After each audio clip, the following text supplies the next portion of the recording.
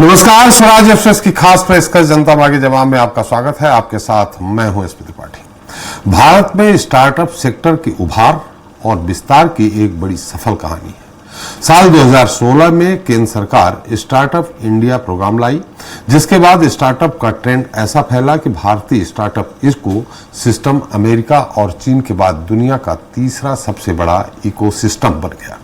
Startup ने न सिर्फ इकोनॉमी में व्यावसायिक नवाचार को बढ़ावा दिया, बल्कि रोजगार पैदा करने के मामले में भी अव्वल रहे। Department for promotion of industry and internal trend के आंकड़े बताते हैं कि 31 दिसंबर 2023 तक देश में कुल रजिस्टर्ड स्टार्टअप्स की संख्या 1,17,254 थी और इन्होंने कुल 12.42 लाख से ज्यादा नए रोजगार दिए। स्टार्टअप का आर्थिक प्रभाव को समझे तो नए जमाने की इन कंपनियों ने मिलकर 2023 में $8 बिलियन से ज्यादा, तो 2015 के बाद से $140 अरब से ज्यादा पूंजी जुटाई। आज देश में कुल 113 यूनिकॉर्न हैं, जिनका कुल मार्केट वैल्यूएशन $350 अरब से ज्यादा है। लेकिन भारत की इस स्वर्णिम स्टार्टअप कहानी में अब कई असफल अध्याय भी जुड़ने लगे हैं। बायजूस, पेटीएम, ओयो, OLX और मीशो जैसे तमाम ऐसे बड़े नाम हैं जिनके वित्तीय प्रदर्शन और विश्वसनीयता पर सवाल उठ रहे हैं। एक ओर भारत में लगातार कई बड़े स्टार्टअप डूब रहे हैं, तो दूसरी ओर दुनिया का पावरफुल देश अमेरिका ने भारतीय उद्यमियों को रिझाने के लिए स्टार्टअप एंड स्टे नाम से एक नई स्कीम शुरू कर दी है। दरअसल रिकॉर्ड बेरोजगारी दर से जूझ रहे अमेरिका ने भारतीय स्टार्टअप की मदद से स्थानीय रोजगार को बढ़ाने का लक्ष्य रखा है। ऐसे में आज चर्चा इंडिया में स्टार्ट होते स्टार्टअप पर।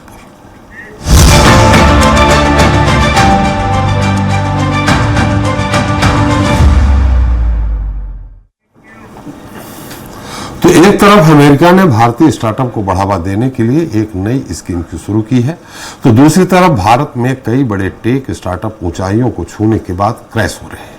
पेटीएम, बायजूस और ओयो जैसी बड़ी कंपनियों की साख तक संकट में है। आलम यह है कि 35,000 से ज्यादा स्टार्टअप बंद हो चुके हैं, जबकि 3 बड़े स्टार्टअप की वैल्यू 3.76 लाख करोड़ घट चुकी है। देश में बीते कुछ सालों में जितनी तेजी से स्टार्टअप लॉन्च हुए हैं, उतनी ही तेजी से बंद भी हुए हैं। एक रिपोर्ट के मुताबिक भारत में 90% स्टार्टअप डूब रहे हैं। ऐसे में सवाल भी यही है कि आखिर शानदार शुरुआत के बाद अब भारत की स्टार्टअप स्टोरी में लगातार असफलता के अध्यायों क्यों जुड़ते जा रहे हैं। आज चर्चा इसी विषय पर करेंगे, लेकिन इसके पहले देख लेते हैं हमारी खास रिपोर्ट। स्टॉप होते स्टार्टअप। जी हाँ, देश के कई टेक स्टार्टअप बुलंदियों को छूने के बाद अब औंधे मुंह गिर रहे हैं और इन्हें खुद को जिंदा रखने के लिए बेहद संघर्ष करना पड़ रहा है। एक स्टडी के मुताबिक देश में अब तक 35,000 से ज्यादा स्टार्टअप बंद हो चुके हैं। वहीं 3 बड़े स्टार्टअप का मूल्य 3.76 लाख करोड़ घट चुका है। ऑनलाइन एजुकेशन में अग्रणी बायजूस एक समय देश का सबसे मूल्यवान स्टार्टअप बनकर उभरा था। इसकी वैल्यूएशन 1.84 लाख करोड़ रुपए पहुंच गई थी, लेकिन अब इसकी वैल्यूएशन 90% घट चुकी है। इसी तरह डिजिटल पेमेंट्स फर्म पेटीएम ने 2021 में देश का अब तक का सबसे बड़ा IPO लाया था, लेकिन इसके शेयर भी 80% तक टूट चुके हैं। वहीं अकाउंटिंग समस्या और साझेदारों में टकराव के चलते हॉस्पिटैलिटी स्टार्टअप ओयो होटल्स की वैल्यू भी लगभग 75% घट चुकी है। एक private market data provider company taxon के मुताबिक साल 2023 में बंद होने स्टार्टअप्स की संख्या 34,848 थी, जो बीते साल की तुलना में दुगनी थी। साल 2022 में इस कैटेगरी में 18,049 स्टार्टअप थे। इतना ही नहीं, देश में हर साल लगभग 4,000 से भी ज्यादा स्टार्टअप खुलते हैं, लेकिन सिर्फ 100 के करीब स्टार्टअप ही आगे का सफर तय कर पाते हैं, जबकि 91% स्टार्टअप शुरुआती 5 साल में ही बंद हो जाते हैं। एक तरफ इंडिया में लगातार स्टार्टअप डूब रहे हैं, तो दूसरी तरफ अमेरिका में भारतीय उद्यमियों के लिए एक नई स्कीम शुरू की गई है, जिसका नाम है स्टार्टअप एंड स्टे। इस योजना के तहत अगर कोई भारतीय उद्यमी 2 करोड़ रुपए का निवेश करके अमेरिका में एक स्टार्टअप शुरू करता है, तो उसे वहां 5 साल तक रहने की अनुमति मिलेगी। इस योजना के तहत उद्यमी के साथ उसकी पत्नी या पति और स्टार्टअप के 3 अन्य कर्मचारी भी अमेरिका में रह सकते हैं। दरअसल अमेरिका ने भारतीय स्टार्टअप से स्थानीय रोजगार को बढ़ावा देने का लक्ष्य रखा है। अभी अमेरिका में 9,700 भारतीय स्टार्टअप हैं। लगभग 2 लाख करोड़ रुपए की नेट वर्थ वाले इन स्टार्टअप से लगभग 2 लाख लोगों को रोजगार मिल चुका है। अमेरिका अगले 5 साल में दुगना करना चाहती है। मयंक शुक्ला, स्वराज एक्सप्रेस, भोपाल। तो इस मुद्दे पर चर्चा करने के लिए हमारे साथ मौजूद हैं खास मेहमान वासु शर्मा जी हैं, बीजेपी नेता रायपुर से हैं, अजय गंगवानी जी हैं, कांग्रेस प्रवक्ता रायपुर से हैं, शिल्पा चौधरी जी हैं, नेता समाजवादी पार्टी लखनऊ से, अभिषेक मोदी जी हैं, अर्थशास्त्री भोपाल से हैं, और मनीष पांडे सीईओ जो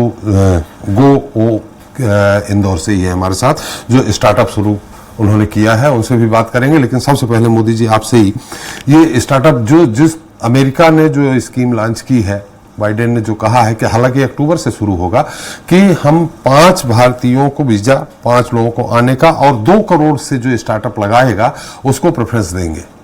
इससे भारत में जो स्टार्टअप हैं या शुरू होने हैं उनको क्या नुकसान होगा और क्या कोई फायदा भी हो सकता है क्या? सर देखिए, जो बाइडेन ने बोला है कि हम स्टार्टअप जो भारतीय हैं अगर वो हमारे वहाँ आते हैं और अपना उद्यम स्टार्ट करते हैं तो हम उन्हें 5 साल का देंगे।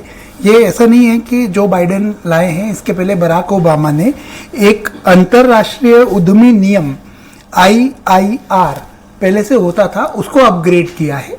उसमें उन्हें ये बोला है कि पहले 2.5 साल हुआ करता था, अब 5 साल है। अगर कोई भारतीय आता है और 5 करोड़ 2 करोड़ तक का निवेश करता है हमारे वहाँ, तो उनमें 5 लोगों को 5 साल के लिए वीजा दिया जाएगा। अब स्टार्टअप की बात करें तो सर, स्टार्टअप क्या था? स्टार्टअप ये है कि एक नई सोच, एक नया विचार, जिसको हम लोगों को किस तरह से पहुंचाया जाए, इसको मतलब रूपरेखा पे लाया जाए, उसे उस तरह के व्यापार को किया जाए, ऐसा हमें व्यवसाय करना था। अब अमेरिका की बोले अगर वो 5 साल के लिए दे रहे हैं तो इंडिया में स्टार्टअप्स को कई प्रॉब्लम्स आ रही हैं। हालांकि अभी बजट के हिसाब से भी निर्मला सीतारमण मैडम ने बहुत सारी चीजें दी है उन्हें, जैसे जो टैक्सेशन का वैल्यूएशन था, शेयर वैल्यूएशन था, वैल्यूएशंस के ऊपर कोई क्वेश्चन नहीं किया जाएगा इनकम टैक्स में। सेक्शन 62, 61 के बहुत सारे रिलैक्सेशन दिए हैं, ये इंडिया में है जी। बट अगर मैं अमेरिका की बात करूं तो वो एक रेगुलराइज कंट्री है। अभी वो ऑलरेडी जूझ रही है जॉबलेस डेटा से, उसका जॉबलेस डेटा बढ़ता चला जा रहा है, बेरोजगारी चरम पर है, 4 कुछ पहुंच गई है। हाँ, वो ऐसा चाहते हैं कि यहाँ पर लोग आए और यहाँ पर किसी भी तरह से जॉब क्रिएट करें, तो उन्होंने रिझाने के लिए भारतीयों को इस तरह का ऑफर दिया है। अब इससे डेफिनेटली ये होगा कि सर, एक मेरे वहां पर मैं अगर कोई चीज बोलता हूं कि इंटरनेशनल लेवल पे या नेशनल फोरम पे जाके मैं कोई चीज बोलता हूं कि ये चीज मानी जाए, तो उसे मानने में 6 से 1 साल लग जाता है। यही चीज मैं अमेरिका में बोलता हूं तो हो सकता है वो 15 से 20 दिन में हो जाए। तो निश्चित है कि एक स्टार्टअप जो इंडिया में था, वो अगर उसको अपॉर्चुनिटी अमेरिका में मिलेगी तो वो वहां जाएगा जी, जाएगा। मतलब यहाँ नुकसान होने की संभावना है? सर, नुकसान हो रहा है। अगर हमारी बात नहीं सुनी जा रही है, एक स्टार्टअप में बहुत सारे क्वेश्चंस होते हैं, उसको शुरू के साल, 2 साल, 3 साल, 4 साल उनको गेस्टेशन पीरियड के निभाने पड़ते हैं। भाई, आप इस पे रिसर्च एंड डेवलपमेंट पे एक्सपेंडिचर करते हैं और वो एक्सपेंडिचर बहुत हेवी होता है। अगर वो सही चला गया तो वो यूनिकॉर्न हो जाती है, और अगर सही नहीं चला गया तो पूरा इन्वेस्टमेंट 0 हो जाता है। नहीं, तो इनकी क्या सुनी जाए, किस तरह की बात? सर, इनकी बहुत सारी इनकी कौन सी डिमांड नहीं सुनी जा रही? इनकी ये मांगे हैं कि भाई हमें टैक्स हॉलीडे दिया जाए, हमारे को टैक्स हॉलीडे जी, टैक्स हॉलीडे जो गवर्नमेंट देती है, पर वो नियम बहुत पेचीदे, इतनी आसानी से मिलता है। टैक्स हॉलीडे थोड़ा सा, टैक्स हॉलीडे का मतलब ये होता है साहब कि जैसे मेरी एक स्टार्टअप है, अगर मैं उसका स्टार्टअप इंडिया में रजिस्ट्रेशन कराता हूं तो मुझे 7 साल तक अपनी इनकम पे कोई टैक्स नहीं देना पड़ता है। वो टैक्स हॉलीडे होता है। अपने यहाँ पर टैक्स हॉलीडे का प्रोविजन है, बट वो इतनी आसानी से नहीं मिलता। मतलब स्टार्टअप में रजिस्ट्रेशन हो जाता है, पर टैक्स हॉलीडे पे मेरे को उसका एग्जम्पशन लेने में बहुत परेशानी आती है। उसके नियम को इजी किया जाए जी। और दूसरा, आज की तारीख में हम बोलते जरूर हैं कि स्टार्टअप को बहुत जल्दी इन्वेस्टमेंट और फंडिंग मिल जाती है, विच इज नॉट इजी से, कि आप, मेरा अगर एक स्टार्टअप है और मैं जाऊं किसी इन्वेस्टर के पास तो बहुत आसानी से नहीं आ पाता। क्यों? क्योंकि उसकी वैल्यूएशंस की बहुत इशू हो गए हैं। पहले अभी 2022 का जो टाइम था वो बहुत क्रीम टाइम था। हमारे यहाँ पर स्टार्टअप अपने चरम पे थे उस समय सर। 118 स्टार्टअप थे जो यूनिकॉर्न थे। यूनिकॉर्न मतलब जिसकी मार्केट कैपिटलाइजेशन $1 बिलियन से ज्यादा है, मतलब लगभग 800 करोड़ रुपए। तो अगर 8,000 करोड़ रुपए, अगर 8,000 करोड़ रुपए की मेरी कंपनी हो जाती है तो मैं स्टार्टअप में यूनिकॉर्न आ जाता हूं। अभी आप देखा जाए तो ये संख्या घट के 36 रह गई है। यूनिकॉर्न में धीरे धीरे धीरे धीरे धीरे कमी आती जा रही है। वैल्यूएशंस का बहुत इशू आ रहा है, ये मेन कारण है। हमारे साथ मनीष पांडे जी हैं जिनका गो वाव करके स्टार्टअप है। मनीष जी मेरी आवाज आ रही है आपको? मनीष जी मेरी आवाज आ रही है आपको? आपको आ रही है? मेरी आवाज आ रही है आपको? हाँ सर, मुझे आपकी आवाज आ रही है जी। मनीष जी, आपका गो वाव करके स्टार्टअप आपने शुरू किया, कब शुरू किया आपने और इस समय इसमें किस तरह की परेशानी आ रही है और नहीं आ रही तो अच्छाई क्या है? और सबसे बड़ी बात हमारा सवाल यह है कि अमेरिका ने जो स्कीम लॉन्च की, हालांकि बराक ओबामा के समय 2.5 साल, जैसा मोदी जी ने बताया कि 2.5 साल के लिए था, अब 5 साल के लिए बाइडेन जी ने कर दिया है। तो इसमें आपके स्टार्टअप को किसी तरह की परेशानी? मैंने सुना है कि आप अमेरिका में भी आपका स्टार्टअप है पहले से। जी सर, थोड़ा सा मैं आपको करेक्ट करना चाहूंगा। मतलब हम लोगों ने जो स्टार्टअप चालू किया था करीब 2022 में किया था जी। तो हम लोगों को 2 साल हो चुके हैं स्टार्टअप स्टार्ट किए हुए जी। तो पहले तो मैं आपको बताऊंगा जो हम लोगों को बेनिफिट हुआ है गवर्नमेंट की जो स्कीम्स है उससे जो हम लोग को फायदे हुए हैं जी। क्योंकि बेसिकली मैं एक आईटी प्रोफेशनल हूँ, 23 साल का मुझे एक्सपीरियंस है। मैं Microsoft, PwC, KPMG, Australian companies में काम कर चुका हूँ जी। तो बीइंग आईटी प्रोफेशनल मुझे स्टार्टअप्स के बारे में कुछ भी आइडिया नहीं था, बिजनेस कैसे चलाना है मुझे कुछ भी आइडिया नहीं था, कस्टमर कैसे एक्विजिशन करना है कुछ भी आइडिया नहीं था। तो गवर्नमेंट की जो स्टार्टअप इंडिया पोर्टल है उसके थ्रू हम लोगों को काफी सारे इंक्यूबेटर्स अवेलेबल होते हैं जिनके साथ आप इंक्यूबेट हो सकते हैं। इंक्यूबेटर्स के साथ जुड़ने से आपका फायदे होते हैं कि आपको एक तो मेंटरशिप मिलती है। So there are people who have already done that, been there. तो वो आपको गाइड करते हैं कि मतलब बेसिकली स्टार्टअप आपको स्टार्ट कैसे करना है, कस्टमर कैसे एक्वायर करना है, इसको ग्रो कैसे करना है और प्रॉफिटेबल कैसे बनाना है जी। और उसके अलावा जो मुझे बेनिफिट मिलता है वो होता है गवर्नमेंट की जो सीड फंड होती है।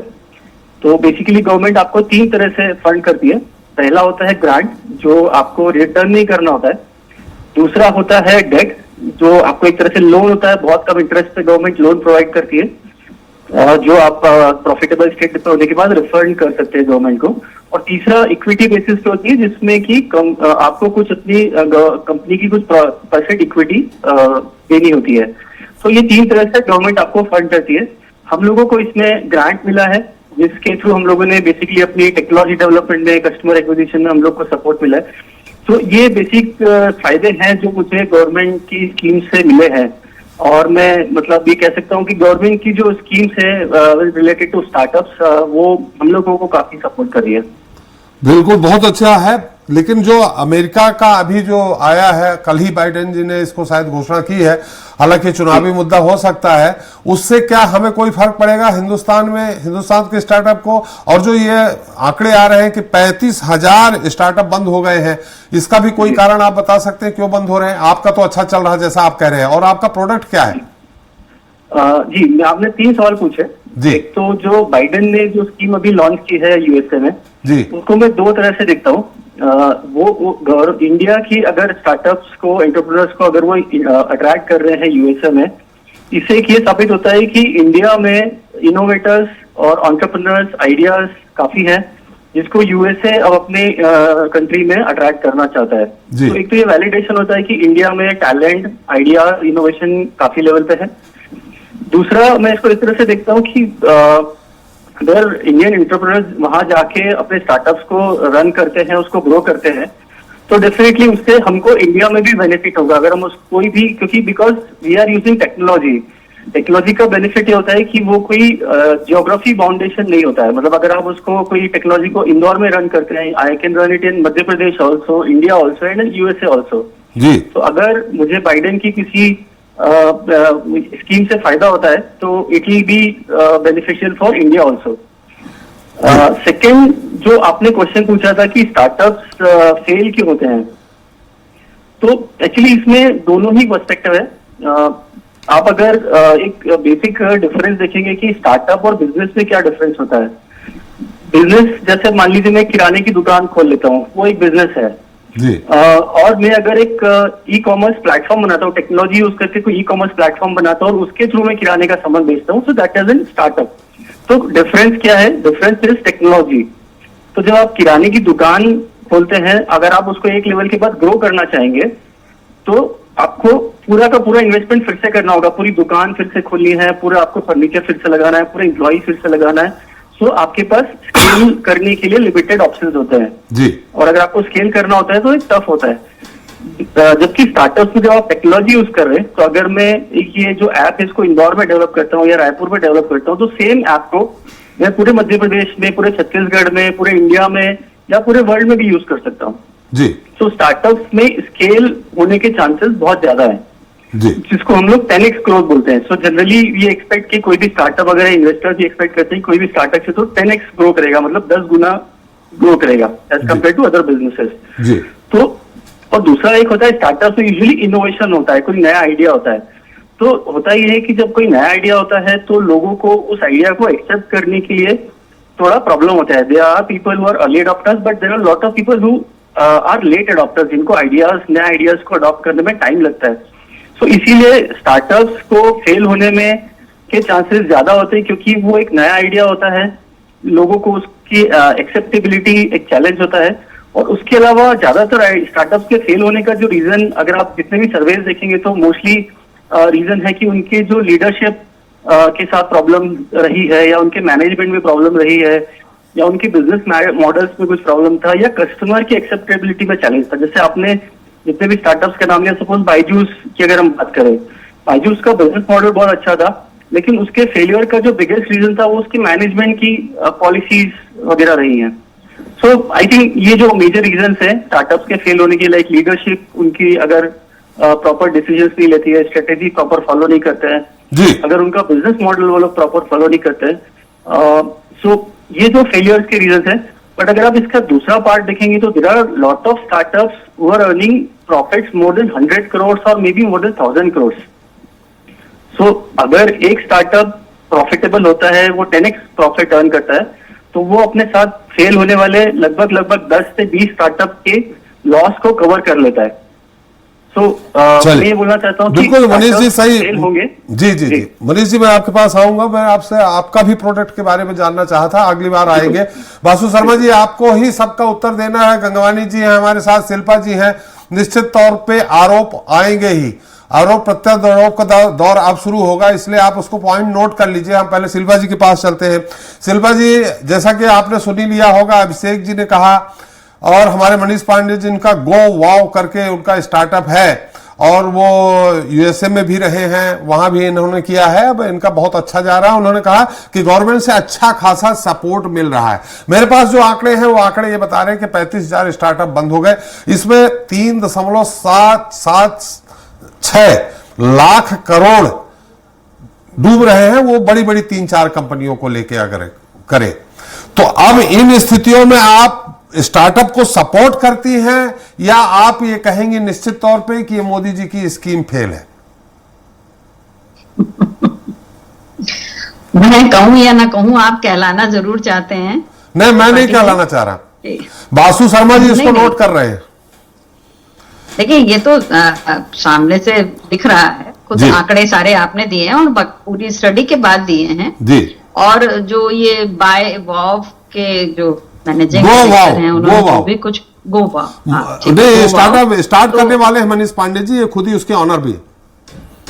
हाँ, नहीं, वो कह रहे हैं कि अच्छा चल रहा है। और उन्होंने एक बात ये भी कही कि इसमें अगर कोई एक सक्सेसफुल हो जाता है तो वो उतना प्रॉफिट निकाल सकता है कि जितने 5-6 स्टार्टअप निकालते हैं जी।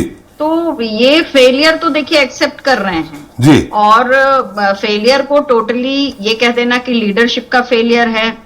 दूसरी बात, जो सबसे पहले वाले आपके वक्ता थे, उन्होंने कहा कि देखिए पॉलिसीज इसकी जिम्मेदार हैं जी। जो उन्होंने कहा अर्थशास्त्री है वो, अर्थशास्त्री है। हाँ, तो जो अर्थशास्त्री हैं, मुझे लग रहा है कि ये फेलियर तो है, बहुत बड़ा फेलियर है। अगर आप अर्थशास्त्रियों को लेके देखिए, मोदी जी ने हो सकता है ये बहुत अच्छी मंशा से ये सारा कुछ किया हो, और आगे जाके निर्मला सीतारमण जी ने इन 10 सालों में बार बार जितने भी बजट दिए हैं, अगर वो प्रभावी होते तो स्टार्टअप्स बहुत अच्छे चल रहे होते। और अर्थशास्त्री अगर ये कह रहे हैं कि नीतियों की वजह से ये चीजें फेल हो रही हैं जी। जो बाइडेन, आप देखिए एक समय था कि जब एशिया में ब्रेन ड्रेन बहुत था जी।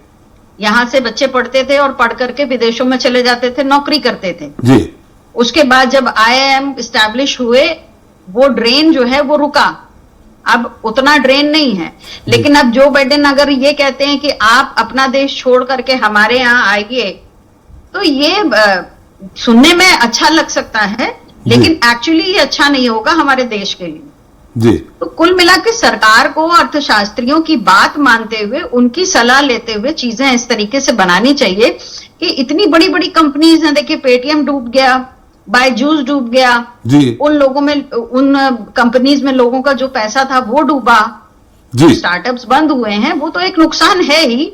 और बायजूस जिस समय बंद हुआ, उस समय बायजूस बहुत बुरी तरीके से लोगों के बीच में फैल चुका था जी। बहुत लोगों ने उसमें अपना पैसा डाल दिया था अपने बच्चों के भविष्य को देखते हुए। तो क्या ये चीज लैग कर रही है? यहाँ पर सरकार को और विशेषज्ञों को ये देखना होगा कि वो क्या चीज लैग कर रही है जी। आपने अच्छी मंशा से शुरू किया, मगर ये कहीं ना कहीं दिखा रहा है कि सरकार में और विशेषज्ञों में कोऑर्डिनेशन नहीं है जी।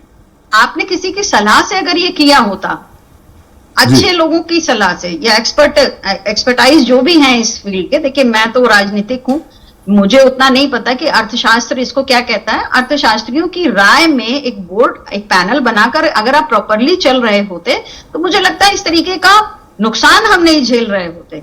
और देश के लिए गलत है। देखिए अभी जॉब नहीं है, जब भी कभी बेरोजगारी की बात की जाती है, युवा बेरोजगार है, हम इस पर बात करते हैं तो कहा जाता है कि अरे आप स्टार्टअप करिए ना, किसने आपको रोका है, आप क्यों सरकारी नौकरी मांगते हैं।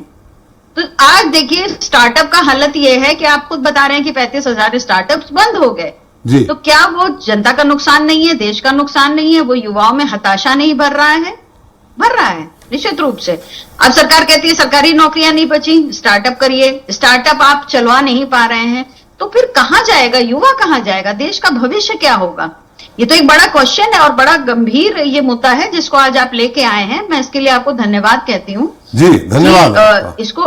इस पर बात अवश्य होनी चाहिए और एक्सपर्ट्स की सलाह से इसको समय रहते हमें इस डेंट को कवर अप करने की कोशिश करनी चाहिए। बिल्कुल सही कहा शिल्पी जी आपने। अब ये बासु जी से पूछेंगे, बासु जी ही ये करवा सकते हैं, लेकिन आपने कहा बेरोजगारी बढ़ रही है। गंगवानी जी, आपके पास तो बहुत ढेर सारे आंकड़े हैं, आपके बगल में ही बासु जी भी बैठे हैं, उत्तर देंगे। लेकिन अभी हमारे शिल्पी जी ने कहा कि बेरोजगारी बढ़ रही, लेकिन अभी 2-3 दिन पहले जो आंकड़े आए हैं उसमें हमारे श्रम मंत्री जी ने लोकसभा में जो उत्तर दिया है उस पर उन्होंने कहा बेरोजगारी दर घटी है। 17-18 में बेरोजगारी दर जो 6% थी वो घट करके 3.6% आ गई है। बेरोजगारी दर घटी है। तो ये हो सकता है ये स्टार्टअप के कारण बेरोजगारी दर घटी हो उनके आंकड़ों में, लेकिन वो भी तो बंद हो रहे हैं ना। जी जी जी। हमने गंगवानी जी से सवाल किया है, हमारे कांग्रेस प्रवक्ता हैं जी। धन्यवाद देना चाहूँ जी जी। देखिए सबसे पहले त्रिपाठी जी, मैं आपको और आपके स्वराज न्यूज चैनल को धन्यवाद देना चाहूंगा। एक बहुत अच्छे मुद्दे पे जो सीधा युवाओं के हितों से, उनके भविष्य से जुड़ा है, इस पर आपने डिबेट रखी है। मेरा एक निवेदन है कि आपने संवेदनशील विषय पे डिबेट रखी है, मुझे थोड़ा समय दीजिएगा। बहुत बहुत शुक्रिया, बहुत बहुत शुक्रिया गंगवानी जी। सबसे पहले एक बात कही आपने कि श्रम मंत्री ने आंकड़े दिए। जी जी जी। देखिए 3 चीजें महत्वपूर्ण है। सबसे पहली बात, आपने एक प्रश्न रखा त्रिपाठी जी कि श्रम मंत्री ने ये कहा कि बेरोजगारी दर कम हो रही है। आपको मैं 2 चीजें स्पष्ट कर दूं। ईपीएफओ जो कर्मचारी भविष्य निधि संगठन है, जो हर साल बेरोजगारी के आंकड़े देता है, उन्होंने स्पष्ट रूप से कहा कि पिछले साल जो रोजगार में कमी आई है वो 7 लाख रोजगार कम हुई है, जो स्वतंत्रता के इतिहास के बाद किसी भी साल में रोजगार में सबसे बड़ी कमी है। तो ये आंकड़े किसी प्रकार से स्वीकार्य नहीं है। एनएसएसओ के आंकड़े, अन्य जो सीएमआई के आंकड़े, ये लगातार इस बात के आंकड़े, इस बात के प्रमाण है कि 10 साल के मोदी सरकार में लगातार बेरोजगारी बढ़ रही है। 45 साल का रिकॉर्ड टूटता है। कई वर्षों तक त्रिपाठी जी बेरोजगारी दर जो है वो 6% से ज्यादा थी। लेकिन मैं मुद्दे पे बात करना चाह रहा हूं, आज की स्टार्टअप की बात कर रहे हैं, ये बहुत महत्वपूर्ण विषय है। सबसे महत्वपूर्ण ये त्रिपाठी जी कि स्टार्टअप योजना के माध्यम से एक युवा एक नई सोच, एक नई प्लानिंग, एक नई टेक्नोलॉजी का प्रयोग करके एक क्रिएटिव आइडिया के माध्यम से न केवल खुद रोजगार में सम्मिलित होता है, उसके माध्यम से हर स्टार्टअप में भारत देश में औसत रूप से 10 से 12 लोगों को रोजगार मिलता है। अगर वर्तमान की बात करूं त्रिपाठी जी 1,17,758 हमारे यहाँ स्टार्टअप चालू है, इसमें लगभग 12 लाख लोगों को रोजगार मिल रहा है, मतलब 10 से 12 लोगों को रोजगार मिल रहा है। लेकिन महत्वपूर्ण बात त्रिपाठी जी ये है कि 2016 में मोदी जी ने बड़े जोर शोर से स्टार्टअप इंडिया की घोषणा की। किसी योजना की घोषणा से ज्यादा जरूरी है उसको धरातल पे लाना, सही नियत नीति मंशा के साथ काम करना, अधिकारियों को सही ढंग से निर्देशित करना, ताकि योजना धरातल पे उतरे और सीधा युवाओं को फायदा मिले। मैं 3 महत्वपूर्ण आंकड़े देना चाहता हूं त्रिपाठी जी। अभी जो पिछले साल है 35,000 स्टार्टअप, जो आज तक के देश के इतिहास में सबसे ज्यादा स्टार्टअप बंद हुए। अगर कुल स्टार्टअप की बात करूं त्रिपाठी जी 65,000 स्टार्टअप बंद हो रहे हैं। औसत रूप से हर साल 4,000 नए स्टार्टअप चालू होते हैं, लगभग 90% स्टार्टअप चालू होने के बाद बंद हो जा रहे हैं। तो कहीं ना कहीं इसके 5 कारण है। कहीं ना कहीं जो वर्तमान की मोदी सरकार है उनको जो स्टार्टअप के लिए इसमें गंगवानी जी मोदी सरकार का क्या दोष है? मोदी सरकार, गंगवानी जी रोकूंगा थोड़ा सा, गंगवानी जी मोदी सरकार का क्या दोष है? जैसे कि अभी हमारे पांडे जी ने कहा कि सरकार से जो योजनाएं जो नियम लेके आए हैं उसमें वो पूरी मदद करते हैं। इसमें उन्होंने कहा बायजूस का उन्होंने नाम लिया, उन्होंने पेटीएम का भी बताया कि ये इनके मैनेजमेंट फेल्यूर के कारण ये हुआ है। अगर 100 स्टार्टअप हैं स्टार्ट होते हैं तो उसमें 10 ही सफल होते हैं, 90 तो वो 90 हो सकता है गलत सोच जो स्टार्टअप शुरू कर रहा है या उसका मैनेजमेंट, ये भी तो हो सकता है गंगवानी साहब। नहीं त्रिपाठी जी मैं समझ लेता हूं आपसे। देखिए 5 चीजें महत्वपूर्ण है किसी भी स्टार्टअप के लिए। सबसे महत्वपूर्ण है कि आज उसके लिए देश में इकोसिस्टम होना चाहिए, पहली बात। आज वो इकोसिस्टम बनाने की जिम्मेदारी किसकी है? केंद्र सरकार की। दूसरा, जितने भी नए स्टार्टअप आ रहे हैं, टेक्नोलॉजी आ रही है, उसके लिए जो इंफ्रास्ट्रक्चर की मौजूदगी, इंफ्रास्ट्रक्चर का सपोर्ट, ये पूरी तरह केंद्र सरकार की जिम्मेदारी। दूसरी बात, तीसरी बात, किसी भी नए स्टार्टअप के लिए 3 बातें महत्वपूर्ण है त्रिपाठी जी। पहला, उसको आर्थिक सहायता दी जाए। आज मात्र ज्यादातर जो स्टार्टअप है मात्र 20,000 रुपए दिए जा रहे हैं। मुझे बता दीजिए क्या 20,000 रुपए में कोई युवा कोई नया स्टार्टअप चालू कर सकता है क्या? पहली बात। दूसरी बात, जो लोन देना चाहिए, जो लोन की लिमिट होनी चाहिए, वो लोन इतना कम अमाउंट में दिया जा रहा है कि किसी भी युवा के लिए उस ऋण के माध्यम से नए स्टार्टअप की साधन करना बहुत मुश्किल है। तो गंगवानी जी थोड़ा रोकूंगा मैं आपको, आपने 20,000 कहा, गंगवानी जी आपने 20,000 कहा, मोदी जी 20,000 मात्र 20 लाख है संभवतः है वो। नहीं 20 लाख तो सर जी 20 लाख का पहले ये अमाउंट 10 लाख का हुआ करता था। अलग अलग कैटेगरी है त्रिपाठी जी। जी अलग अलग कैटेगरी है। ये 20,000 का तो वो शायद ठेला सब्जी इन लोगों को देने की बात कही गई है। जो स्टार्टअप की कैटेगरी 5 करोड़ रुपए है सर। अगर एमएसएमई में मेरे को विदाउट कोलेटरल लोन चाहिए तो 5 करोड़ तक मिलता है। जी सही ढंग से युवा को ऋण देते। जी जी जी ये हमें मोदी जी अर्थशास्त्री बता रहे 5 करोड़ तक है, 5 करोड़ तक लोन मिलता है, 5 करोड़ तक विदाउट कोलेटरल एमएसएमई बिना किसी गारंटी के। लोन की बात नहीं कर रहा हूं जी, मैं आर्थिक सहायता की बात कर रहा हूं। जी जी जी जी जी आर्थिक सहायता की बात कर रहा हूं त्रिपाठी जी। जी जी दो अलग चीजें हैं। मैं जो फिगर की बात कर रहा हूं वो आर्थिक सहायता की है, जो किसी स्टार्टअप चालू करने के बाद उसको लौटाने की आवश्यकता नहीं है। ऋण जो है वो लौटाना पड़ेगा। देखिए 2 चीजें और महत्वपूर्ण मैं कहना चाह रहा था। आज बाईजू, आज जो कोविड काल था त्रिपाठी जी, बाईजू को सफलता क्यों मिली?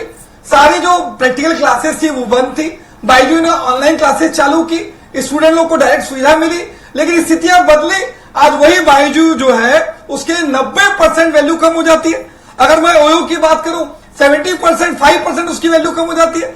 या वरिष्ठ अर्थशास्त्री अभिषेक मोदी जी ने एक बात कही कि किसी स्टार्टअप के फेल होने का सबसे जो बड़ा कारण है वो वैल्यूएशन कम होना है, और मैं बात से पूरी तरह सहमत हूं। एक महत्वपूर्ण बात और कहना चाह रहा हूं त्रिपाठी जी, जिस प्रकार से आज अमेरिका में जो बेरोजगारी दर है वो है 4.1%। जी जी गंगवानी जी, इंडियन जो टैलेंट है, जो ब्रेन है, उसकी योग्यता को पूरा विश्व मानता है। जब अमेरिका उनको सुविधाएं दे रहा है कि भैया आप 5 साल यहां रह सकते हैं, आगे चल के आपको ग्रीन कार्ड मिलेगा, सारी सुविधाएं मिलेंगी, तो वो सुविधाएं, वो प्रोत्साहन तत्कालीन केंद्र की मोदी सरकार क्यों नहीं दे रही है? अगर उनको पर्याप्त आर्थिक सहायता नहीं मिलेगी, लोन की व्यवस्था नहीं मिलेगी, तो यहां स्टार्टअप चालू करने वाले युवा अमेरिका की तरफ डाइवर्ट होंगे। तो आज हमारे देश का टैलेंट अगर बाहर के देशों की प्रगति के लिए काम करेगा, तो हमारा जो भारत देश का विकास है वो किस प्रकार से होगा? इस बात का जवाब मासू शर्मा जी को देना चाहिए। देंगे जिम्मेदारी है, जब आपके आरोप समाप्त होंगे तब तो देंगे। माहौल बनाए ताकि युवा नवाचार कर सके। अब आपके आरोप समाप्त होंगे तब तो देंगे वो। आप धारा प्रवाह इतने आरोप लगा देते हैं कि नोट नहीं कर पा रहे हैं। त्रिपाठी जी 3 बातें बताते हैं जी, अभी और बतानी 3-4 पहले बता चुके आप।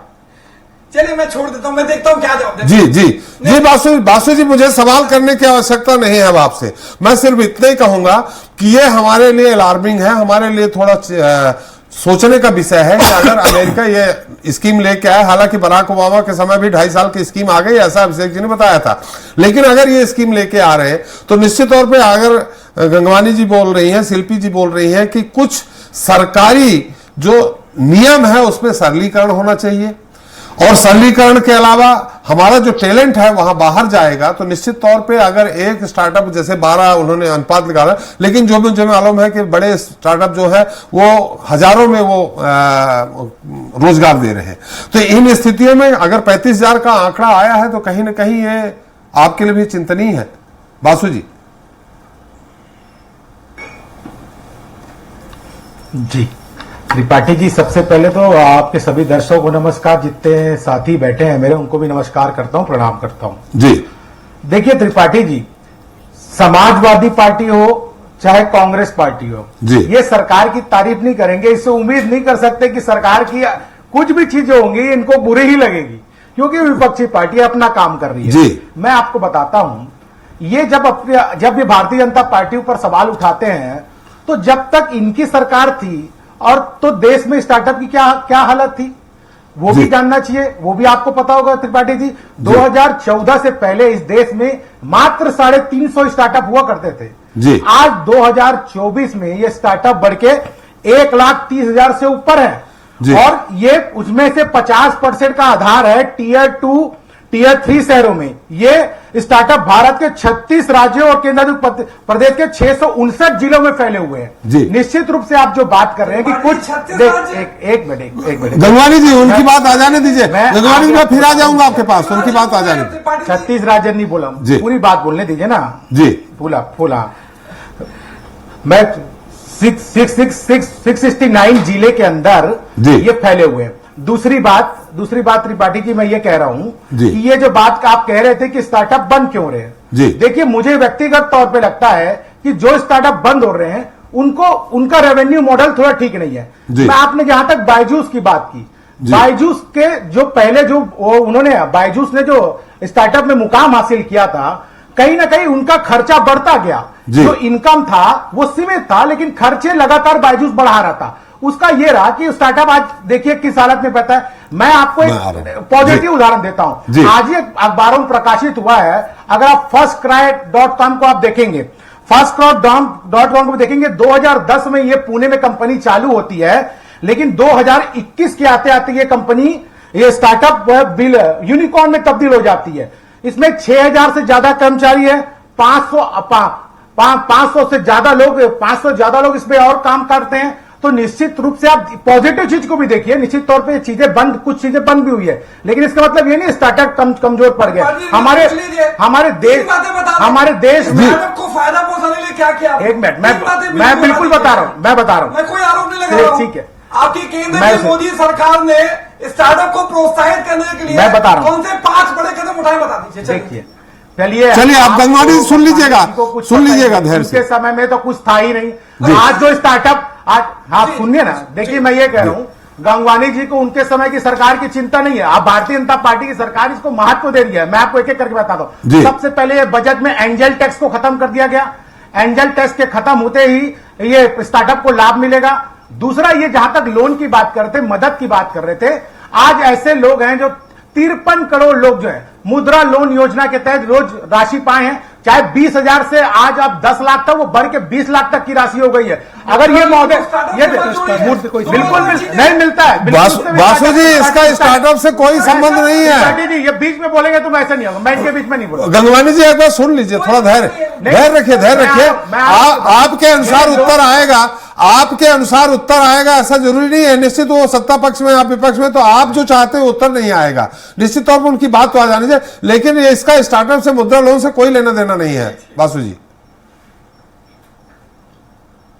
कोई लेना देना, वही कह रहा था जी। त्रिपाठी जी, यहां तक ये मदद जो युवा रोजगार करना चाहते हैं, कहीं ना कहीं इसको सरकार मदद कर रही है। मेरा कहने है लोन के लिए एमएसएमई सेक्टर भी होते हैं, जैसे हमारे अभिषेक मोदी जी ने बताया कि किस प्रकार से लोन मिलता है, 5 करोड़ से 7 करोड़ तक का लोन। ये जो कांग्रेस पार्टी बोल रही है कि उनकी मदद नहीं की जाती, ये सरासर झूठ है। ये कांग्रेस के प्रवक्ता जानते ही नहीं इस बात को, जो आगे बैठ कर 90% एमएसएमई बंद हो, ऐसे नहीं कि 90% एमएसएमई बंद हो गए। आप जो आंकड़े लेके आए उससे गलत आंकड़े पेश कर मत कीजिए। और जहां पर देश में बात है, देश में स्टार्टअप की संख्या अच्छी है, स्टार्टअप आगे बढ़ रहा है। हम तीसरे नंबर का देश है जहां स्टार्टअप फल फूल रहा है। यह चीज कांग्रेस पार्टी नहीं देख रही है, अन्य पार्टी नहीं देख रही है। निश्चित तौर पर भारतीय जनता पार्टी की सरकार आने के बाद सिंगल विंडो सिस्टम का निर्माण किया गया, जिसके तहत लोग स्टार्टअप चालू कर रहे हैं। जैसे हमारे गो वाव के जो हमारे जो फाउंडर सीईओ हैं, बता रहे थे किस प्रकार सहायता प्राप्त हुई सरकार से। तो ऐसे बहुत सारे स्टार्टअप है त्रिपाठी जी, जिन्हें सरकार से मदद मिली है और जो आज फल पूरे हैं।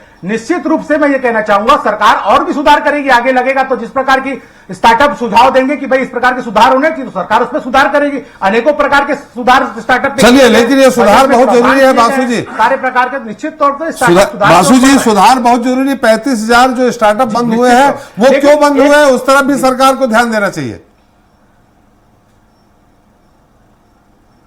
बिल्कुल त्रिपाठी जी, एक चीज और रखना चाहता हूं मैं, एक बातें और थी जो हमारे भाई अजय गंगवानी जी प्रश्न उठा रहे थे, ईपीएफओ की बात कर रहे थे जी। ईपीएफओ में हम देखे जो साल दर साल में आपको आंकड़े दे देता हूं, ये कह रहे थे कि ईपीएफओ में कुछ नहीं हो रहा है, लोगों को रोजगार से और बेरोजगारी दर कितनी है।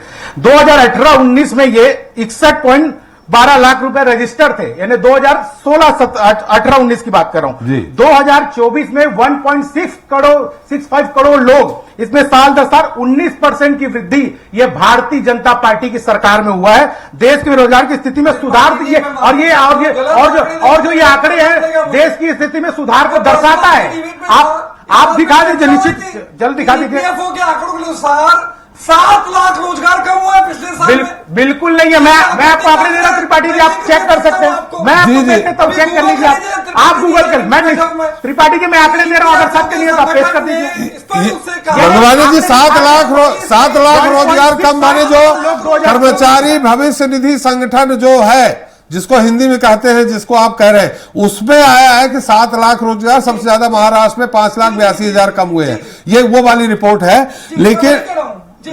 लेकिन ये रिपोर्ट जो लोकसभा में उत्तर दिया है, और ऐसा तो है नहीं, लोकसभा में अगर उत्तर श्रम मंत्री दे रहे हैं तो निश्चित तौर पे किसी आधार पे दे रहे होंगे कि 17-18 में जो 6% थी वो 3.2% आ गई। ये भी अपने आप में है। खैर, बासु जी ने उत्तर दे दिया। हमारे अभिषेक मोदी जी, शास्त्री जी कुछ कहना चाह रहे हैं। मोदी जी, अभी आपने, हमारे खैर राजनीतिक मुद्दा अलग होता है, हमारे सीईओ साहब ने कहा, जो मनीष पांडे जी हैं गो वाव के, उन्होंने कहा कि हमको हर तरह से जो नियम के साथ फैसिलिटीज मिलनी चाहिए सरकार से मिली है। हमें अब हो सकता है किसी लोगों को ना मिली हो, उनको तो मिली है। मैं यही कहना चाह रहा हूं सर आपसे जी। मैं पहले भी इस चीज के पक्ष में था कि स्टार्टअप्स को बेनिफिट मिल रहा है, ऐसा कोई क्वेश्चन नहीं है जी। स्टार्टअप को सरकार आगे बढ़ाना चाहती है, क्योंकि अगर एक स्टार्टअप भी चल जाता है ना तो वो मैनीफोल्ड हो जाता है। अगर हम यूनिकॉर्न की बात कर रहे हैं तो गवर्नमेंट चाहती है कि हमारे देश में यूनिकॉर्न की संख्या बढ़े। अब हो क्या रहा है सर, टेक्नोलॉजी के क्षेत्र में तो गवर्नमेंट बहुत सारी चीजें देती है, जैसा मनीष साहब ने बताया कि इंक्यूबेशन सेंटर है, वहां से इंक्यूबेटर मिलता है, आपको ग्रांट मिलती है, सब हो रहा है।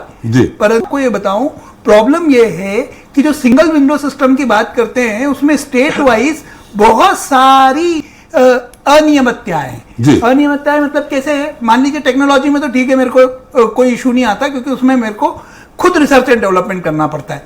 पर सर, अगर मेरा कोई स्टार्टअप है, मैं अपने क्लाइंट का नाम आपके साथ डिस्क्लोज नहीं करना चाहूंगा, वो 6 महीने से परेशान हो रहे हैं, एक एलईडी का प्लांट लगाना चाहते हैं, उनको पॉल्यूशन की परमिशन नहीं मिल रही है। अब आप मेरे को ये बताइए, कि एक स्टार्टअप है, वो 6 महीने इतनी कॉस्टिंग लगा के अपने पास में वर्किंग कर रहे हैं जी। वो गवर्नमेंट से बोल रहे हैं सिंगल विंडो सिस्टम पे आप हमें परमिशन दे दीजिए, हम प्रोडक्शन स्टार्ट करते हैं और आगे काम कर लेते हैं जी। पर नहीं हो रहा। तो अब मैं बार बार इसलिए इंपेसिस कर रहा हूं कि ये जो टाइम इलेप्स हो रहा है ना, अगर ये 6 महीने से और 6 महीने हो जाएगा तो वो स्टार्टअप बंद हो जाएगा। जो हमारे दर्शक हैं उनको थोड़ा सा बता दीजिए, जैसा गंगवानी जी ने कहा कि 20,000 की सहायता, मतलब जो उन्हें लौटाना नहीं सिर्फ 20,000 है। नहीं क्या 20,000 नहीं है, ग्रांट जो वो जी। गंगवानी साहब ने कौन सा 20,000 बताया उससे मुझे उसकी जानकारी नहीं है, बट मेरा ये कहना है कि गवर्नमेंट जो है वो डायरेक्ट मदद ना करते हुए इंक्यूबेशन सेंटर्स के थ्रू मदद करती है। ग्रांट मिलती है आपको, ग्रांट का मतलब ये होता है कि ये एक ऐसी सहायता है जो आपको स्टार्टअप को चलाने में मदद करती है। जो अभी मैंने आपसे बोला ना सर कि 6 महीने तक वो अभी वर्किंग कर रहे हैं। कैसी वर्किंग कर रहे हैं भाई, उस पर रिसर्च एंड सब्सिडी भी है क्या इसमें? सब्सिडी बोल दीजिए, सब्सिडी में पहले आपको इन्वेस्ट करना पड़ता है, बाद में गवर्नमेंट रिफंड करती है। ग्रांट आपको पहले मिल जाया करती है। तो मेरी परेशानी सिर्फ इतनी सी है पॉलिसी मेकर से कि वो निचले लेवल पे नहीं देख रहे। निचले लेवल पे मतलब एक छोटे स्टार्टअप को अगर आप देखा जाए कि अगर वो 3 महीने 6 महीने तक सरवाइव करने की कोशिश कर रहा है तो उसे फर्दर कैपिटल इन्वेस्टमेंट की जरूरत है, और वो कैपिटल इन्वेस्टमेंट अगर उसे नहीं मिला ना तो स्टार्टअप बंद हो जाएगा। सबसे बड़ी परेशानी सिर्फ यही है कि उसका गेस्टेशन पीरियड प्रॉपर होना चाहिए, और मेरे हिसाब से पॉलिसी मेकिंग में यह होना चाहिए कि आप तो बिजनेस स्टार्ट करो, आपको जितनी परमिशन है सब बाद में मिल जाएगी जी। उससे जो स्टार्टअप्स में प्रॉब्लम आ रही है वो आना बंद हो जाएगी जी। और ये मैं आपको प्रैक्टिकल प्रॉब्लम बता रहा हूं सर, बाकी चीजों में कोई प्रॉब्लम नहीं है। गवर्नमेंट चाहती है कि स्टार्टअप्स बढ़े, बट पॉलिसी मेकर्स कहां पर लैग कर रहे हैं वो समझ नहीं आ रहा है। जी बासु जी, जिसकी प्रदेश और देश में सरकार है, डबल इंजन की सरकार है, उस सरकार की पार्टी के आप प्रतिनिधि हैं। ऐसी स्थिति में आपको इस तरफ ध्यान देना चाहिए। मैं आपके पास आता हूं, थोड़ा फिर आऊंगा। पांडे जी, एक बार फिर बहुत संक्षेप में जानना चाहेंगे, आपको किसी तरह की परेशानी हुई थी, और एक बार फिर हमारे दर्शक जानना चाहेंगे कि आपका ये जो स्टार्टअप है वो है क्या, आप क्या करते हैं, दर्शक हमारा जानना चाह रहे हैं बहुत संक्षेप में। का जो स्टार्टअप है बेसिकली हम लोग, अगर मैं थोड़ा सा टेक्निकल टर्म्स में बोलूं तो हम लोग वी आर गेमिफाइंग सोशल सर्विसेज।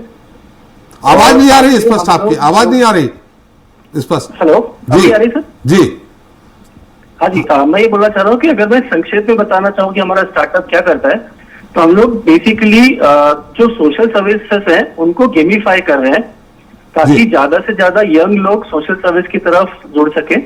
जी। साथ ही हम लोग जो लोग सोशल सर्विस करते हैं उनको रिवॉर्ड करते हैं through some coin, discounts and their social CIBIL score, ताकि लोग अपना सोशल एक दूसरे की हेल्प करने का एक हेल्दी कंपटीशन की तरह से क्रिएट हो सके। जी। और साथ में इसमें हमारा रेवेन्यू मॉडल भी है, ताकि अगर हमको अपने स्टार्टअप को ज्यादातर समय तक सर्वाइव करना है, इसको एक लीगेसी छोड़ के जाना है, तो हमारा इसमें रेवेन्यू मॉडल होना बहुत जरूरी है। सो इस स्टार्टअप में हमारा एक रेवेन्यू मॉडल भी है। सो इन शॉर्ट ये हम लोग करते हैं, जिसमें कि एनजीओ अपनी रिक्वायरमेंट अपलोड करते हैं, डोनर्स वॉलंटियर्स उन रिक्वायरमेंट्स को फुलफिल करते हैं, और उसके बाद उसके बदले उनको कुछ कॉइन्स और पॉइंट्स मिलते हैं, और कॉइन्स को वो कई जगह पर रिडीम कर सकते हैं, उनको डिस्काउंट मिल सकता है, और पॉइंट्स के थ्रू अपना वो जो इम्पैक्ट उन्होंने क्रिएट किया उसको ट्रैक कर सकते हैं, अपना सोशल सिबिल स्कोर चेक कर सकते हैं, और अपनी रैंकिंग चेक कर सकते हैं। सोशल रैंकिंग की मेरी सिटी में मेरी क्या रैंक है, स्टेट में क्या रैंक है, मेरी कंट्री में मेरी क्या रैंक है। सो इन नक्शल ये हम लोग करते हैं। ये आपके कितने कर्मचारी हैं आपके उसमें, और कितना इसका नेटवर्क है? सर अभी तो हमारे यहाँ पे करीब 10 कर्मचारी है, मतलब फुल टाइम और वेंडर के एम्प्लॉइज अगर मिला ले तो 10 के आसपास हमारे पास एम्प्लॉइज हैं अभी जी। और अभी हम इंदौर और इसके आसपास के एरिया में काम कर रहे हैं, और जल्दी ही हम इसको हमारा जो उद्देश्य है, जो हमारा एस्पिरेशन है, वो इंडिया के कम से कम 100 सिटीज में जाना है नेक्स्ट 5 ईयर्स के अंदर जी। जी। नेटवर्क वगैरह इसकी कितनी है, कुछ बता सकेंगे क्या? अभी 35 CR के आसपास हमारा वैल्यूएशन है सर। जी जी। चलिए शिल्पी जी, बासु जी सुन रहे हैं, कुछ आप अपना सजेशन देंगी क्या सरकार को? सवाल नहीं, सजेशन। सजेशन तो देखिए यही है कि इस समस्या को, पहली बात तो वो समस्या माने जी, इसको ये ना माने कि कांग्रेस ने कुछ नहीं किया और सपा ने कुछ नहीं किया, हम कम से कम कुछ कर रहे हैं। अरे आप कुछ कर रहे हैं तो आपको करने के लिए ही जनता ने चुना है, लेकिन आप उतना नहीं कर रहे हैं जितना आपको करना चाहिए था, जितना आपने बढ़ाया था। देखिए आप स्टार्टअप्स की बात कर रहे हैं, मैं इन्वेस्टर समिट्स की बात अगर करूं तो उत्तर प्रदेश में 3 इन्वेस्टर समिट हुई हैं, 2 देश के लेवल की और एक ग्लोबल हुई है। 3 इस इन्वेस्टर समिट का पिछले 7 सालों में हमने कोई परिणाम नहीं देखा। तो ये जो कुछ हो रहा है ये एक्चुअली हो भी रहा है या नहीं, जैसे बाय वाव का जो भी अभी पांडे जी ने बताया वो मुझे बहुत समझ नहीं आया कि ये सोशल सेक्टर्स की रैंकिंग करते हैं, तो ये किस तरीके का स्टार्टअप है। मैं निश्चित रूप से इनके काम को देखूंगी, अभी मैं वेबसाइट पर इनका जहां भी जो डिटेल मुझे मिलेगा, क्योंकि इन्वेस्टर समिट में तो हमने देखा है कि इतने बड़े लेवल पे घपले हुए हैं उत्तर प्रदेश में कि आज तक कोई इंडस्ट्री, हमें 7 सालों में 3 इन्वेस्टर समिट होने के बावजूद कोई इन्वेस्टर समिट का इन्वेस्टमेंट करने वाला व्यक्ति नहीं दिखा है। तो जो आप 35,000 का आंकड़ा बता रहे हैं, मैं बता रही हूं कि उस 35,000 में 30,000 तो टोटल फेक होंगे, जिनको क्रिएट किया गया होगा सिर्फ इस स्टार्टअप को दिखाने के लिए कि देखिए स्टार्टअप में कितने ज्यादा लोग इन्वेस्ट कर रहे हैं, कितने युवा उत्साहित होकर आ रहे हैं। लेकिन एक्चुअली क्या हो रहा है, एक्चुअली जो हो रहा है वो हमें पता करना है। ये छोटी मोटी बात नहीं है, ये पूरे देश के लिए, ये देश को प्रभावित करने वाली बात है, इसकी अर्थव्यवस्था को प्रभावित करेगी, ये युवाओं को प्रभावित करेंगी और हमारे भविष्य को प्रभावित करेगी। तो जो भी चीज है सरकार अगर अच्छी मंशा से कर रही है, जैसा कि उनके प्रतिनिधि कह रहे हैं, वो मंशा अगर अच्छी है तो कमी कहां हो रही, सरकार इसको देखे ना, सरकार इसको स्वीकार करे। जब आप कहते हैं कि डिजिटल सरकार है, हर चीज को हमने डिजिटाइज्ड कर रखा है, बावजूद इसके लैग कहां कर रहे हैं आप? अभी ये जो डिबेट की शुरुआत है ये एक बड़ा प्रश्न छोड़ करके जाएगी कि वेयर वी आर लैकिंग, ये बंद क्यों हो रहा है। और आप देखिए आपके अर्थशास्त्री महोदय जो हैं उन्होंने कहा कि जो उनका क्लाइंट है, अगर इतनी ही सुस्त रफ्तार से सरकार चलती रही तो उसके लिए अगले 3 महीने इतने भारी पड़ेंगे कि वो 6 महीने में टोटल बंद होने वाली स्टार्टअप्स में आ जाएगी। बिल्कुल सही। तो इसको सरकार को गंभीरता से लेना है, बिल्कुल कंडीशन नहीं है। जी गंगवानी जी, आप भी अब सिर्फ एक सवाल का समय बता है, एक सवाल, 3 सवाल या 4 नहीं, एक सवाल का समय बचा है। बासु जी आपके साथ बैठे हैं, उत्तर दे देंगे। जी मैं एक छोटी सी बात कहना चाह रहा था। एक सीएजी की रिपोर्ट आई है त्रिपाठी जी, ये 4 जनवरी 2024 की एक रिपोर्ट आई है कि नवंबर 2023 तक केंद्र सरकार के अंतर्गत जो 15 प्रमुख विभाग थे, बजट में जो आवंटन किया गया उसका मात्र 18% खर्चा किया गया और 82% खर्चा किया गया। मैं कोई राजनीतिक बात कहना चाह रहा हूँ, देश के विकास के लिए एक महत्वपूर्ण भूमिका निभा सकता है। आवश्यकता ये है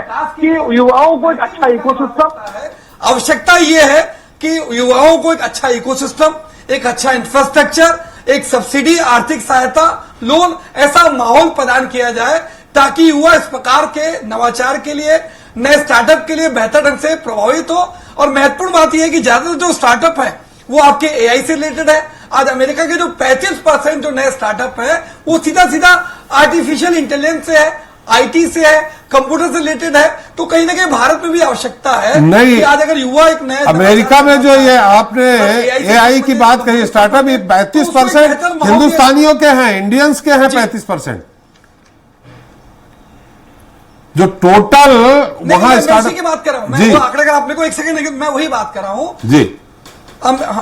अमेरिका में, मैं आपके आंकड़ों को रिपीट कर देता हूं, अमेरिका में भारत देश के कुल मिला के 9,700 स्टार्टअप हैं, जिसमें 1/3 मतलब 35% स्टार्टअप जो है वो आर्टिफिशियल इंटेलिजेंस के।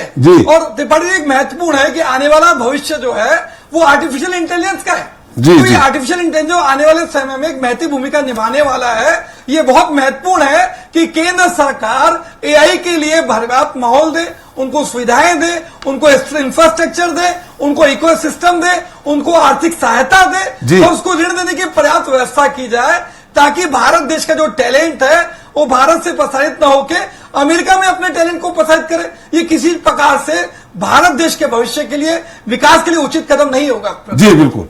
बासु जी, चलते चलते आप, सत्ता आपकी है, शिल्पी जी ने सजेशन दिया, गंगवानी जी सजेशन दिया। बिल्कुल त्रिपाठी जी, देखिए जो भी सुझाव है,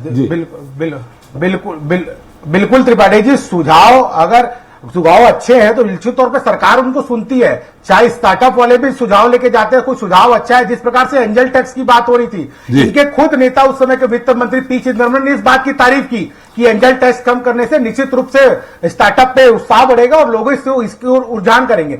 आप जहां तक भारत देश की बात है, भारत विकसित राज्य है, ग्रोथ रेट आप देख लीजिए 8.2%, 7.7 की उम्मीद है। भारत की अर्थव्यवस्था 11वीं नंबर से 5वीं नंबर पर पहुंच गई, तो कहीं ना कहीं शुभ संकेत है त्रिपाठी जी। निश्चित तौर पर भारत विकसित भारत की ओर बढ़ रहा है। निश्चित रूप से अगर कुछ समस्या आ रही है तो वो सरकार से राय सुनाई करके हल की जा सकती है, जिस प्रकार से सरकार ने एंजल टैक्स खत्म किया। और जहां तक अभी अर्थशास्त्री भाई हमारे कह रहे थे किसी एक पर्टिकुलर के आदमी के इंसान के बारे में कि उसको कुछ तकलीफ हो रही है, तो मुझे लगता है कि सरकार से उनको जाके बात करनी चाहिए, जिस भी डिपार्टमेंट का होगा। अगर कुछ खामियां हैं, आपकी तरफ से खामियां हैं, ये सरकार के कुछ बातचीत करने से हल निकलेगा। लेकिन एक स्टार्टअप के कारण आप ये सरकार के ऊपर ठिकरा फोड़ देंगे, मुझे लगता है ये गलत है। सर मैं ठीकरा नहीं फोड़ रहा हूं, और एक स्टार्टअप की बात नहीं है। एक स्टार्टअप को मैं जानता हूं, ऐसी 10,000 स्टार्टअप है पूरे देश में। और सिर्फ हम यहाँ की बात नहीं कर रहे, हम एक पर्टिकुलर लेवल पे ये बात कर रहे हैं सर। यानी मैं आपसे बड़े आप सम्मानीय व्यक्ति है। देखिए स्वागत किया जाए। नहीं मैं आपकी देखिए, मैंने ठीकरा नहीं फोड़ा है सर। जवाबदारी लेनी पड़ेगी, जो पॉलिसी मेकर्स है उनको ये सोचना पड़ेगा कि एक स्टार्टअप जो 3 महीने से परेशान हो रहा है, उसकी गलती है नहीं है, वो सब बात की बात है। मैंने आपको ये सुझाव दिया कि आप उसको सिंगल विंडो सिस्टम में सारे लाइसेंस दे दीजिए, शुरू कर ले। एक बार वो शुरू हो गया तो वो देश में ही काम करेगा ना, भाग थोड़ी जाएगा। जी बासु जी, बहुत हमारा समय समाप्त हो गया है। मैं ये कह रहा हूँ, नहीं अब नहीं दे पाऊंगा गंगवानी जी, समय से हम ज्यादा समय ले चुके हैं। सुझाव दे रहे हैं, निश्चित तौर से ठीक है, अच्छी बात है जी, अच्छी बात है। लेकिन मेरा ये कहना है कि सरकार ने अच्छा पहल किया है, उसकी भी तारीफ होनी चाहिए। मैं कह रहा हूं अगर कहीं खामियां है तो सरकार उसको पूरा करेगी। लेकिन सुझाव आपका अच्छा है, मैं इसमें नकार नहीं रहा हूं। लेकिन formality, one single window system है यहाँ पे, सिंगल विंडो काम कर रहा है सरकार, नहीं है सिर्फ कहने के लिए। चलिए अब समय मेरा समाप्त हो गया। गंगवानी जी समय नहीं दे सकता हूं, अब 4.5 साल बाद लगभग आपको समय मिलेगा, अभी नहीं मिलेगा कि क्या होगा क्या नहीं। चलिए बहुत बहुत धन्यवाद आपका गंगवानी जी, हमारे साथ चर्चा में भाग लेने के लिए।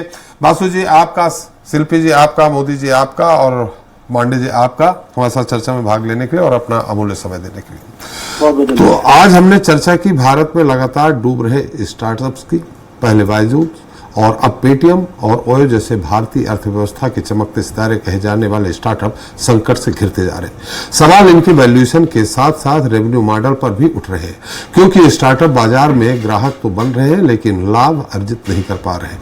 कुल मिलाकर भारतीय स्टार्टअप वैल्यूएशन में धीरे धीरे कमजोर हो रहे हैं। बेशक स्टार्टअप्स के लिए ये चुनौतियों भरा दौर है। दुनिया भर में स्टार्टअप्स को फंडिंग की समस्या से 2-4 होना पड़ रहा। हालांकि भारत सरकार लगातार स्टार्टअप्स को प्रोत्साहित करने में जुटी हुई है। स्टार्टअप्स की राह आसान करने के लिए सिंगल विंडो क्लियरेंस और वित्तीय मदद समेत कई सुविधाएं भी मुहैया कराई जा रही है, लेकिन फिर भी ये उतना सफल नहीं हो रहा। बहरहाल आज के लिए इतना ही। नमस्कार।